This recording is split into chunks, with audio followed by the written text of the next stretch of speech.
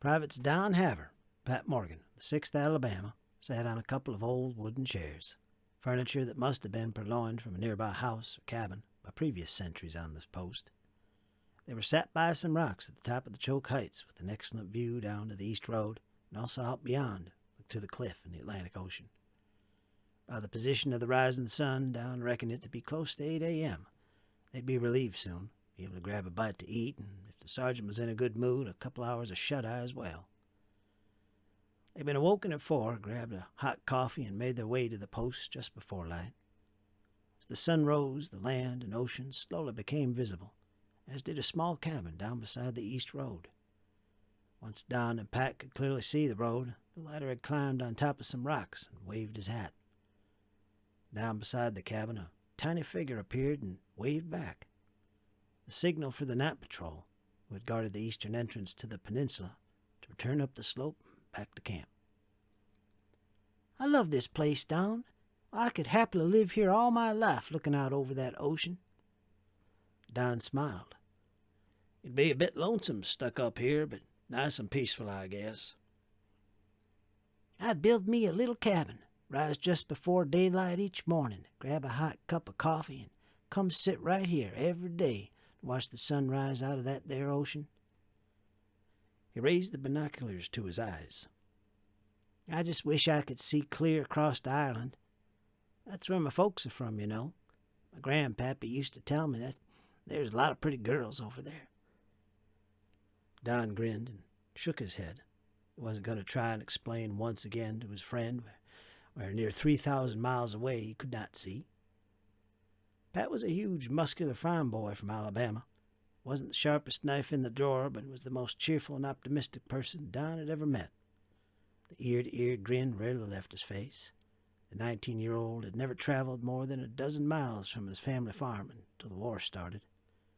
He was a popular member of the company. Even Sergeant and Lieutenant had a soft spot for Big Pat. Don and Pat watched a dozen soldiers and 2 horses make the long climb up the slope. Very little moved down the road after dark. It was all too easy to stray off that road and fall off the cliff into the ocean. The lieutenant, sergeant, and 10 men had the job of stopping and checking anyone brave or foolish enough to travel the road at night. The 2 horses were to be ridden 6 miles to Bourne and the telegraph office there, should the enemy attempt to travel the road, that is. Those 12 men would be now well fast asleep, thought Don as he lifted the telescope and focused on the road. Not a damn thing had come south since dawn, which was unusual. The mail coach, as well as some supply wagons, would normally have passed by now. Some riders and a small pony and trap had moved en route to the valley, as well as 2 men and a team of oxen pulling a large wagon loaded with lumber. That's about it. He swung the lens upward slightly and looked at the water of the Atlantic Ocean coming into focus. The sun caused the gently rolling waves to glisten and shine. Eventually the glass stopped on a ship about 5 miles offshore. Nothing unusual. The Yankee frigate was always there or thereabouts, preventing the use of Stockton, a small port at the south end of the North Inlet. As far as Don could tell, it was the same frigate as had been there the past 8 or 9 days. Not a large ship, probably no more than 28 guns, but big enough to cause trade to Stockton to cease. Another frigate would be stationed further down the coast, doing the same job at Port St. Charles. "Is that another of them there Yankee frigates, Don?" Pat's voice interrupted his thoughts. He lowered the glass and looked to where Pat was pointing. Another ship had come into view in the north. He quickly located it with his telescope once again and focused in on it. There was no mistaking the flag she flew, Yankee stars and stripes. That was a larger ship, though still a frigate. It had 2 decks and more gun ports. He handed the scope to Pat and fished out his logbook and pencil from his pack.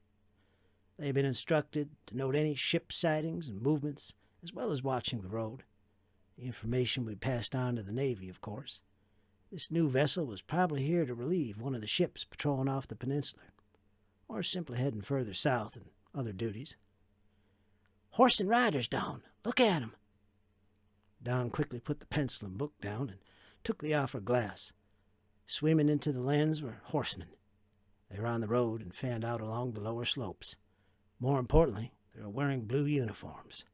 The leading horseman on the road stopped some distance from the cabin, used by the night shift. The men dismounted, drew carbines from their holsters, and advanced toward the empty cabin. "Plant, run and find the sergeant and lieutenant. Ask them to come as quick as they can. Tell them Yankee cavalry are on the east road, probably a full regiment."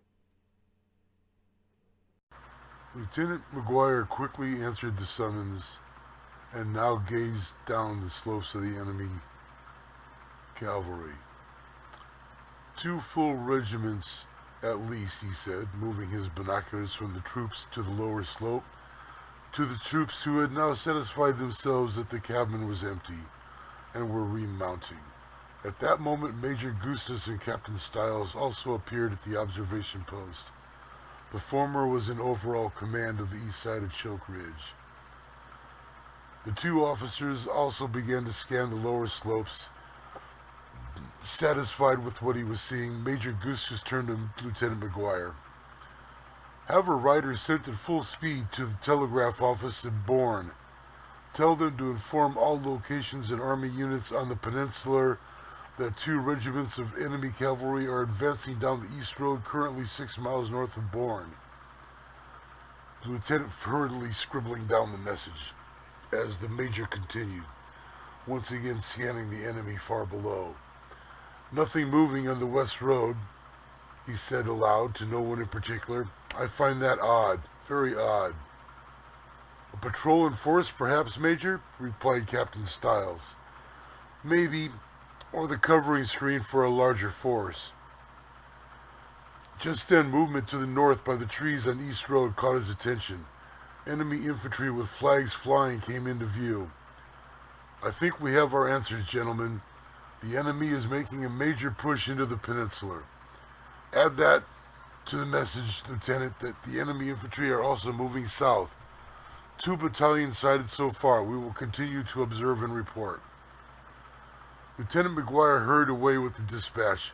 Moments later, a rider was racing down the southern slopes towards the small town of Bourne. "I sent a messenger informing the colonel of the situation here. In the meantime, I want as many men as we can muster to assemble at this spot." Major Gustas once more lifted the binoculars to his eyes. A 3rd enemy infantry regiment was now moving into view from behind the trees down by the road.